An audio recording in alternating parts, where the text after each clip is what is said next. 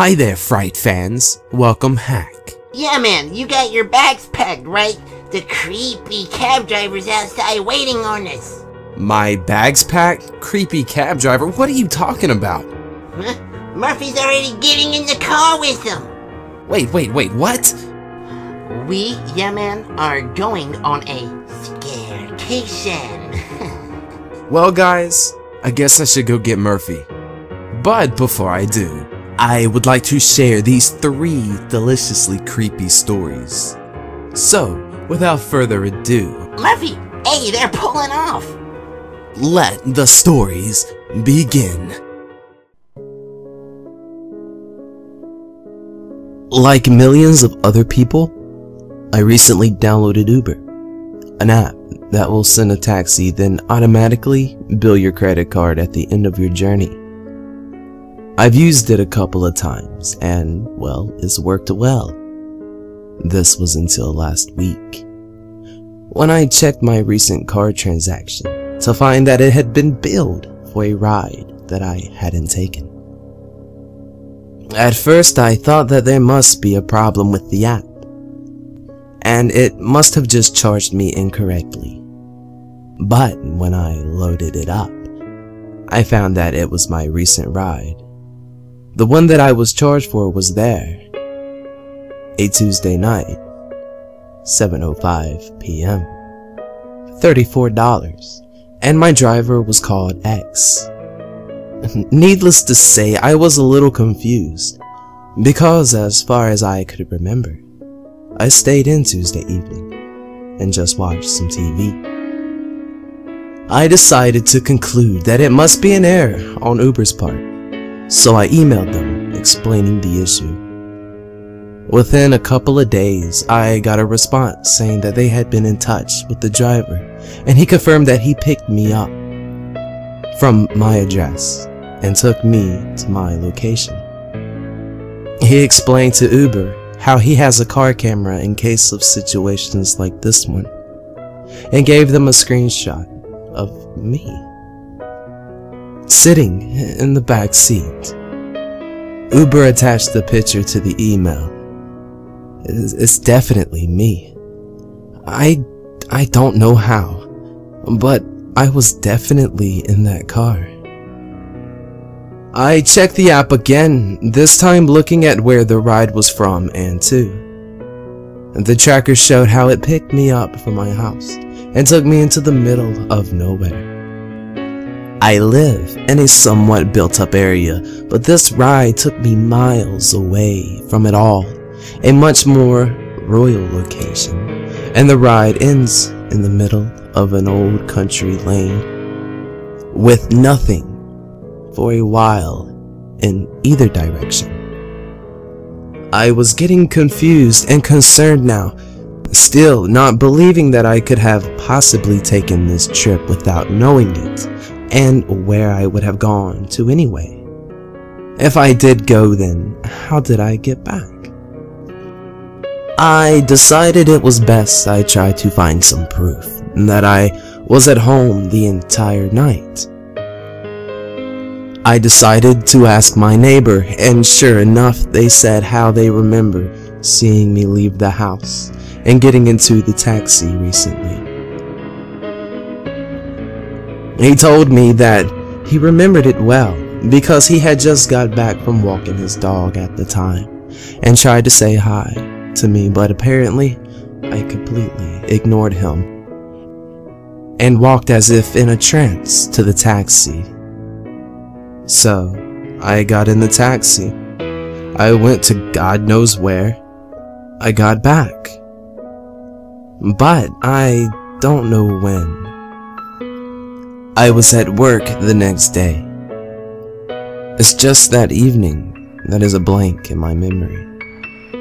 Where did I go? Who is this X guy? I'm not sure where I went, and I'm not sure I want to know. My phone just bleeped a message. It's from Uber. X will arrive in 14 minutes.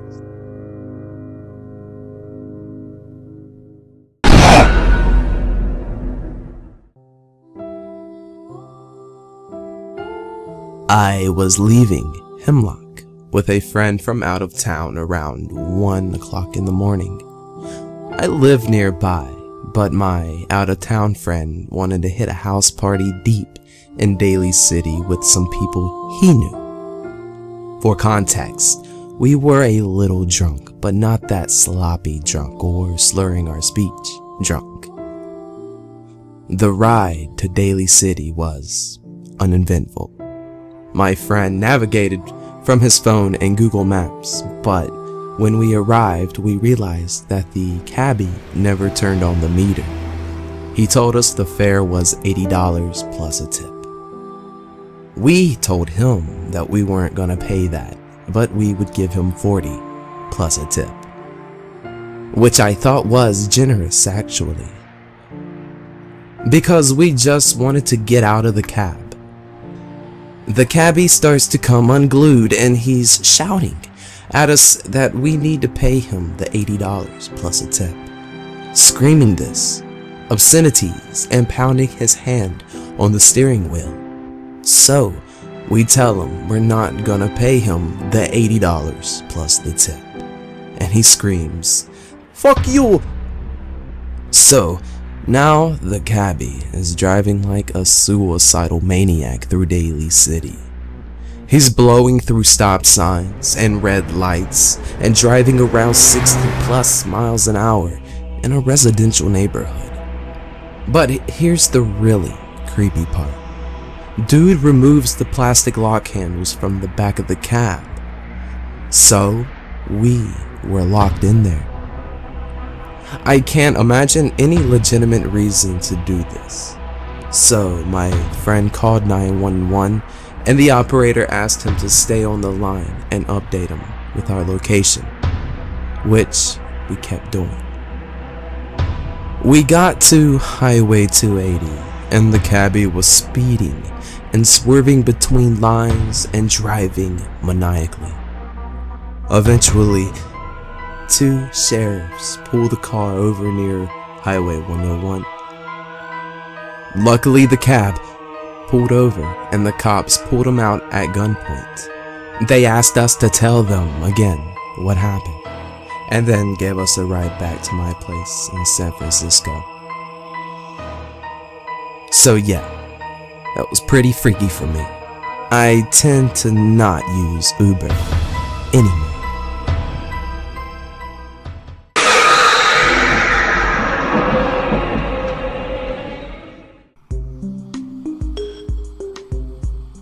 I had just gotten off the plane, but it was late, like around midnight, so my friend wasn't gonna pick me up.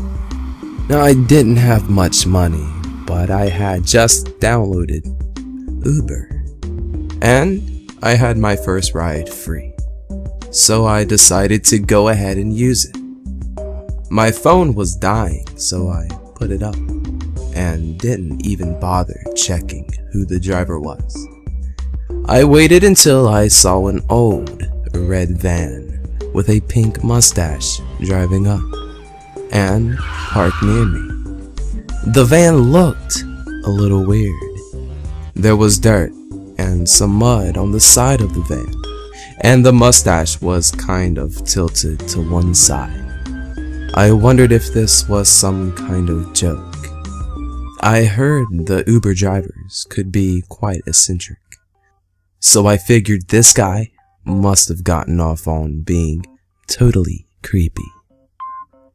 I opened the passenger side door and motioned for him to open the back of his van so I could put my luggage up. "Oh, I got those for you," he said, stuttering.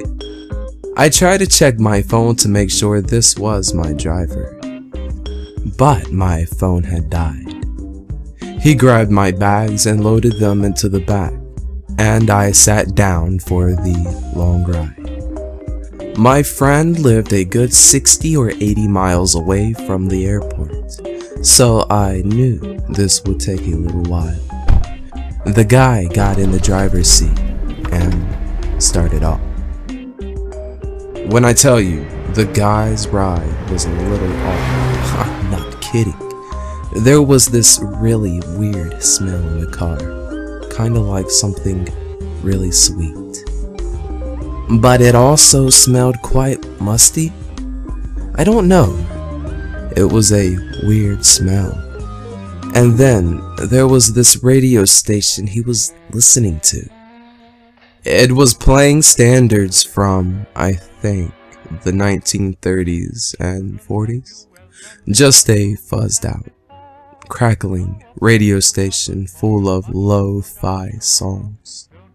The guy himself was hulking, massive, must have been 6 feet 7 inches tall, and he wore this old army jacket and some gray cargos. He had long, stringy hair on the sides, but the top of his head was kind of balding. His nails looked dirty. I could see them as he clenched the wheel tightly. Every time we'd go under a street lamp, the greasy, dirty nails shined in the orange glow. He was pretty scraggly, and I was always under the assumption that Uber drivers were harmless, artsy, urban types. This guy did not strike me as artsy. We drove for a few minutes before he took an unexpected turn onto an empty road that leads into the woods. I knew this wasn't the best way to my friend's house, so it perplexed me that he had taken this route. "Hey, this isn't," I started. "No, it's alright. I know a better way," he said, cutting me off prematurely. I raised an eyebrow at him, but he just looked ahead. I turned my head and settled into my chair. It was a little weird, but he was the driver. He had to know where he was going, right? We drove down an empty stretch of road. I could see the dead trees stretching out into the night sky like spider legs. It was one of those nights where the moon was heavily obscured by gloomy clouds. The lane lines were old and faded, and the road itself was cracked from years of neglect. I couldn't see much beyond the headlights that illuminated the road. He was quiet, awkwardly so. I figured I should speak to him since we were going to be traveling together for a while. "How long you been doing this?" I said, my eyes still ahead of me. "Not too long," he responded, turning to me to flash a crooked, yellow smile. I smiled back. I didn't have much else to say, so I started to fidget my hands. We drove for a little while down this road, and then I noticed him taking a turn onto a dirt road. I was starting to get nervous and a little angry. "Hey, this isn't," I began angrily. "Don't worry about it. I know what I'm doing," he interrupted firmly. My stomach was starting to turn. What the fuck was this guy doing? Where the heck was he taking me? We turned off onto a stretch of bumpy dirt road. You like scary movies?" he said to me as we popped up and down the rutty path. "Yeah, I guess," I responded nervously. "I like the really violent ones," he said keenly.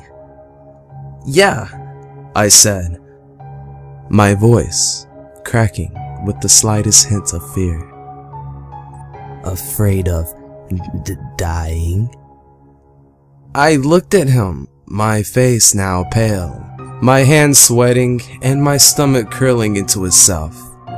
I don't know, I never thought about it. He laughed and just kept looking ahead. I felt this dense mass in my throat and swallowed tensely.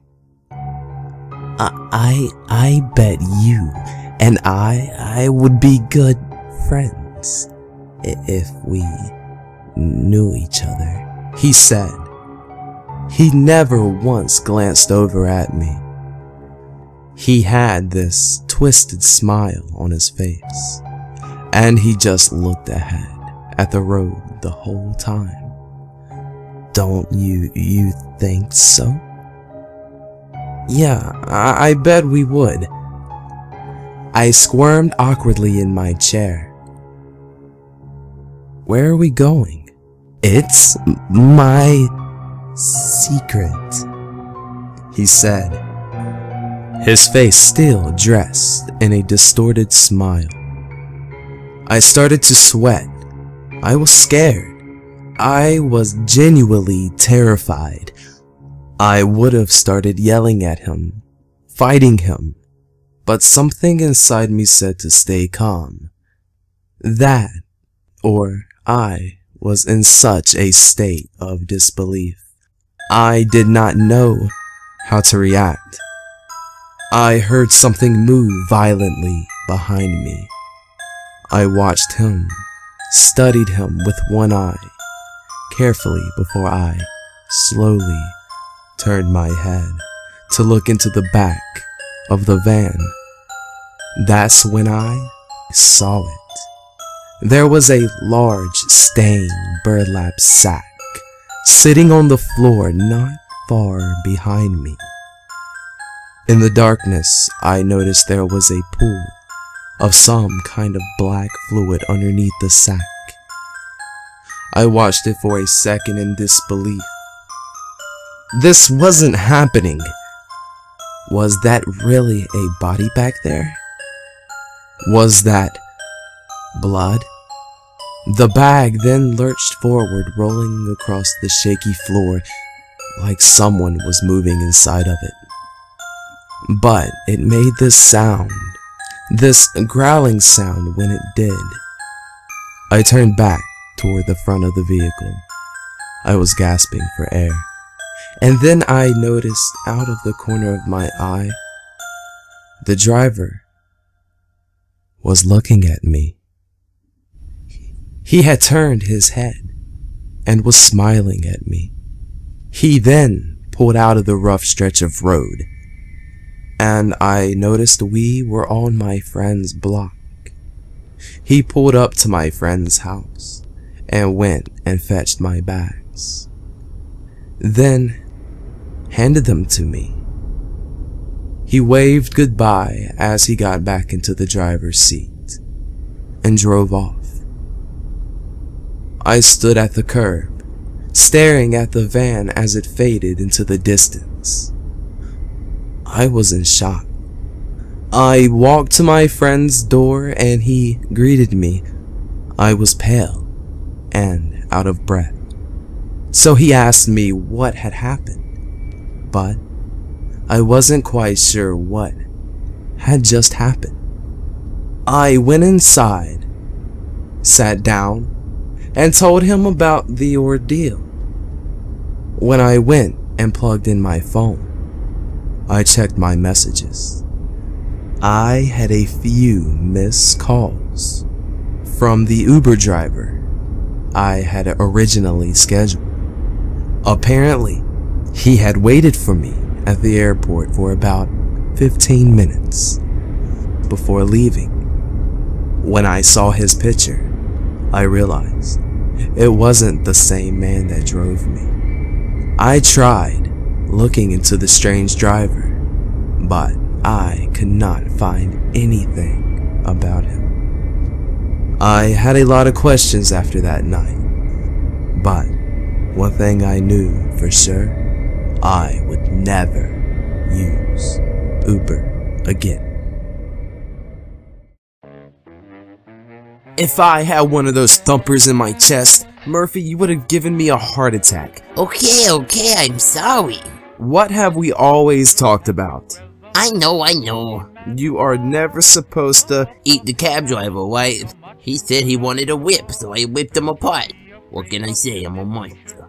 Well, guys, I hope you enjoy these tales. Yeah, and you know, be sure to leave some comments below. We would like to hear some of your scary experiences.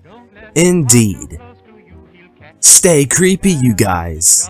Till next time.